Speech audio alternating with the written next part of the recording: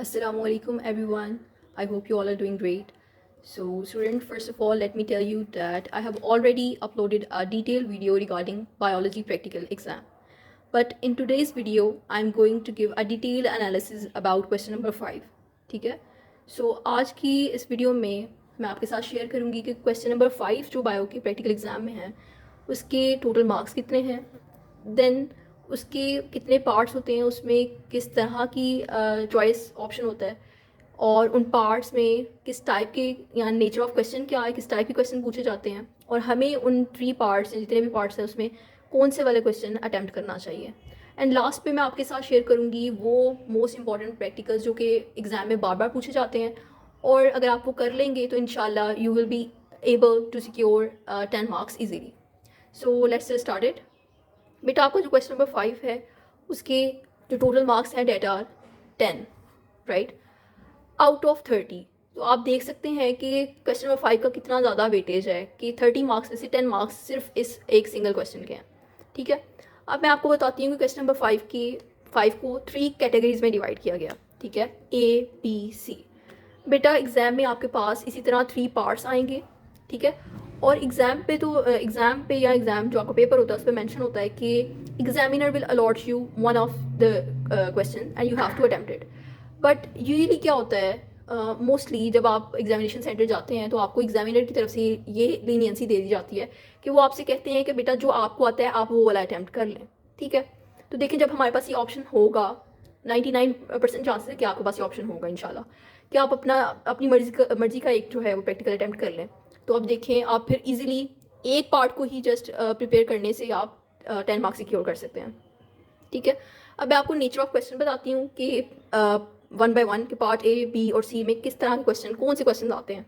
ठीक है, सो बेटा क्वेश्चन नंबर A जो है आपके पास उसमें आपसे बायोकेमिकल टेस्ट के बारे में पूछा जाएगा।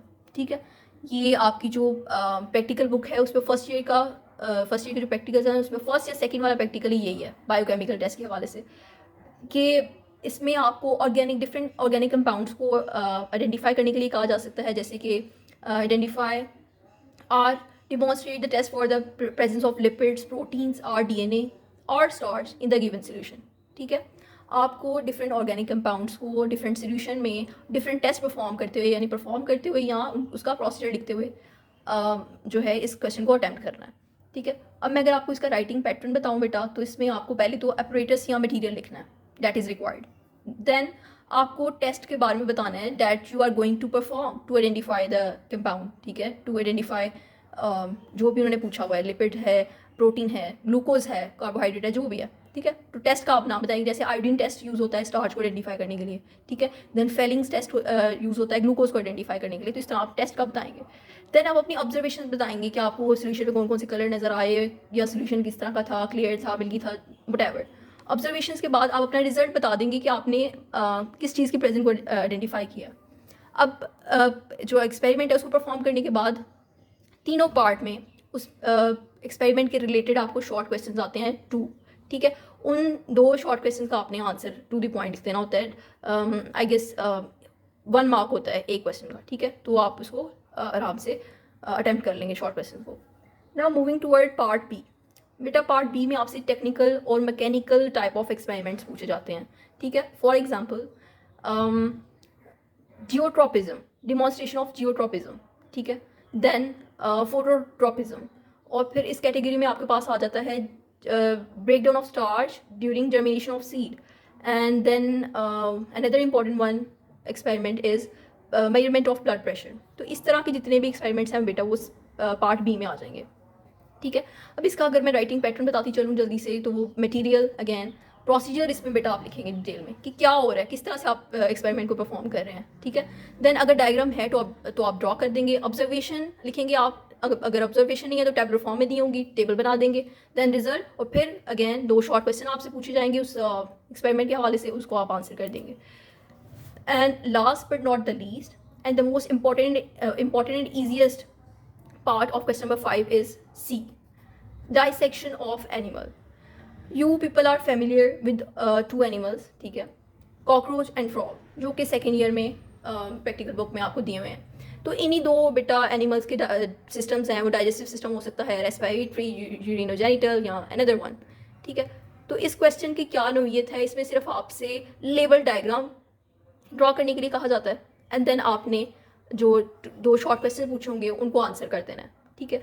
अब यहाँ पे एक बात जो है आप अच्छे से समझ लें कि you do not have to worry कि आपको एग्जामिनर कहेगा कि एक्सपेरिमेंट परफॉर्म करके दिखाएं, ठीक है। बहुत सारे स्टूडेंट्स जो है वो पैनिक या परेशान हो रहे होते हैं कि हमें एक्सपेरिमेंट परफॉर्म करने के लिए ना कह दिया जाए, तो फिर हम ये वाला पार्ट नहीं करते क्योंकि इसमें तो हमें डाइसेक्शन करके दिखानी पड़ेगी। तो बेटा बी लॉजिकल एंड देखें, अगर आप लॉजिकली सोचें कि किस तरह से अगर 30 स्टूडेंट्स हैं तो 30 स्टूडेंट्स को वो सबको अलग से एनिमल प्रोवाइड करेंगे और वो करके दिखाएंगे डाइसेक्शन, ठीक है। तो 99.99% चांसेस हैं कि आपसे ये एक्सपेरिमेंट परफॉर्म नहीं कराया जाएगा और मोस्टली यही होता है। तो आप इजीली बस डायग्राम ड्रॉ करेंगे for 8 marks and then 2 marks से आप शॉर्ट क्वेश्चन अटैम्प्ट कर देंगे। Now for this solid reason I will suggest you all to attempt this question, ठीक है बेटा। आपने मैं भी आपको ये सजेस्ट कर रही हूँ कि आप पार्ट सी के लिए जाएं, सी ही अटैम्प्ट करें, और आपको मोस्टली एग्जामिनर भी ये कहेंगे कि बेटा आप लोग पार्ट सी को अटैम्प्ट कर लें, ठीक है। अब बेटा चलते हैं, जैसे कि वीडियो के स्टार्ट में मैंने आपको कहा था कि मैं आपके साथ जो मोस्ट इंपॉर्टेंट प्रैक्टिकल्स हैं वो शेयर कर दूंगी, ठीक है, जिनको प्रिपेयर करने के बाद आप लोग इजीली 10 मार्क्स सिक्योर कर लेंगे। लेकिन उससे पहले जो पार्ट ए था उसका मैं शेयर कर देती हूँ। मैंने तो आपको रेकमेंड किया पार्ट सी, लेकिन थोड़ा बहुत शेयर कर देती हूँ इंपॉर्टेंट। अगर कोई वो अटैम्प्ट करना चाहे तो आपकी मर्जी है, आपको कलर्स वगैरह, इसमें सोल्यूशन की अमाउंट वगैरह, देन इसी तरह आपको प्रोसीजर याद रखना पड़ेगा कि किस तरह से आपने परफॉर्म करना है, वो टेस्ट के नाम याद करने पड़ेंगे। तो आप देख लीजिएगा जो आपको आसान लगे। इसमें बेटा इंपॉर्टेंट में फेलिंग्स टेस्ट, बेनेडिक्ट टेस्ट आ जाता है, ठीक है।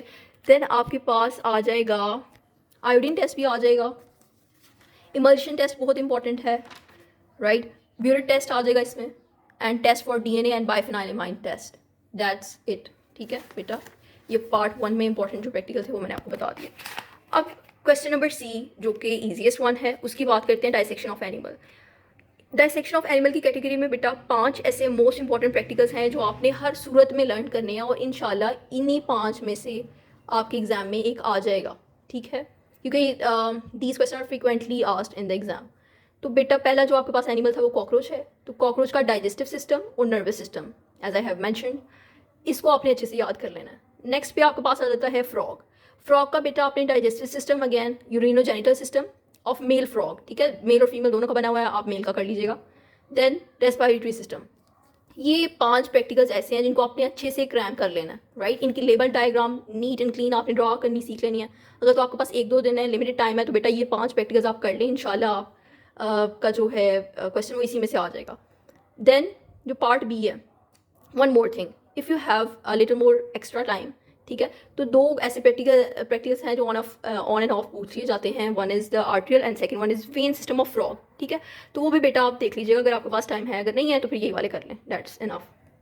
देन देयर आर फ्यू गिने चुने जो है 4 आपके पास बेटा टेक्निकल और मैकेनिकल एक्सपेरिमेंट कैटेगरी में से एक्सपेरिमेंट्स आ जाते हैं, that you just have to read once, at least read them, ठीक है।